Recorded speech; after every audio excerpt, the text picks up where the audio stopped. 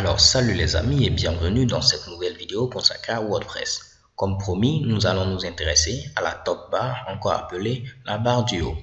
C'est cette barre qui est présente à ce niveau-là. Tentons de voir par étapes chacun des éléments composant cette barre-là. Premièrement, vous avez ici le logo de WordPress. Vous avez ce premier lien qui vous permet d'aller sur le site de WordPress. Vous avez également ce deuxième lien qui vous permet d'accéder à la documentation exhaustive de WordPress. Vous avez ce troisième lien qui vous permet d'accéder également au forum. Donc, si vous avez des questions à poser, ainsi de suite, si vous avez besoin de recevoir de l'aide de d'autres personnes qui utilisent également WordPress, ou vous avez la possibilité ici de pouvoir envoyer des feedbacks, donc des remarques. Comment vous trouvez WordPress, qu'est-ce qu'il y a à améliorer, ainsi de suite. Après, si on vient à ce niveau-là, vous avez la possibilité d'aller directement sur votre site web.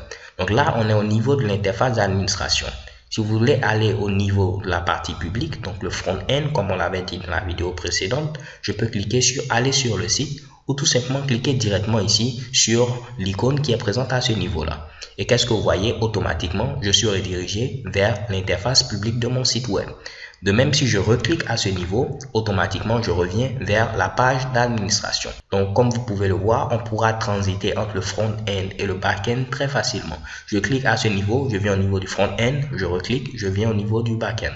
Donc, si je clique, je suis au niveau du front-end, je viens à ce niveau, je peux cliquer sur tableau de bord pour aller à la même page que précédemment.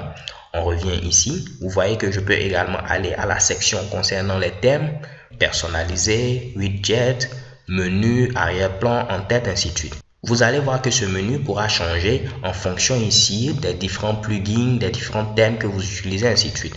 Et on va expliquer le pourquoi dans les vidéos à venir. Mais sachez que cela pourra changer en fonction des thèmes, des extensions que vous allez installer. De même, à ce niveau-là, vous avez la possibilité de pouvoir voir l'ensemble des commentaires qui sont en attente de modération. Lorsque vous allez mettre votre site web en ligne, les utilisateurs pourront poster des commentaires. Vous allez voir que certains commentaires vont nécessiter un tant soit peu de modération pour ne pas que n'importe qui puisse écrire n'importe quoi. Donc, vous pourrez voir à ce niveau-là 2 commentaires en attente de modération, 3 commentaires en attente de modération et ce sera à vous de pouvoir décider si vous acceptez de laisser apparaître ce commentaire au niveau de votre site web ou non. OK? Ensuite, on a la possibilité de pouvoir créer rapidement un article, un fichier média, une page ou un utilisateur. Donc, rapidement, en cliquant sur l'un de ces liens, on pourra créer ici un article, un fichier média, une page ou un utilisateur. Ce que vous devez savoir, c'est que ces différents liens sont également disponibles au niveau du menu principal. C'est la même chose que venir au niveau de article et cliquer sur ajouter. Ou venir au niveau de média, cliquer sur ajouter. Ou venir au niveau de page, cliquer sur ajouter et ainsi de suite. OK? Donc, comme vous pouvez le voir, au niveau de la top bar, ce sera beaucoup plus rapide. On vient sur créer, article, fichier média, rapidement, on peut accéder à ces mushibushi-là. Autre chose que vous pouvez remarquer ici, vous avez les informations sur votre profil. Donc, je peux cliquer sur Mercury Series pour accéder à mon profil. Je peux modifier les informations de mon profil ou tout simplement me déconnecter en cliquant sur se déconnecter. Venons au niveau ici du front-end de notre fameux site web. Remarquez que pour l'instant, il n'y a rien après créer. Je vais cliquer sur le titre de mon fameux article et qu'est-ce que vous voyez? Automatiquement, j'ai la possibilité de modifier l'article. Donc, vous aurez ici ces différents changements au niveau de la top bar pour vous permettre de pouvoir effectuer rapidement certaines actions. Donc là, je n'ai pas forcément besoin d'aller au niveau du dashboard avant de modifier l'article. Je peux directement, si je suis déjà connecté, cliquer sur modifier l'article et je serai redirigé vers la page qui me permet de modifier l'article.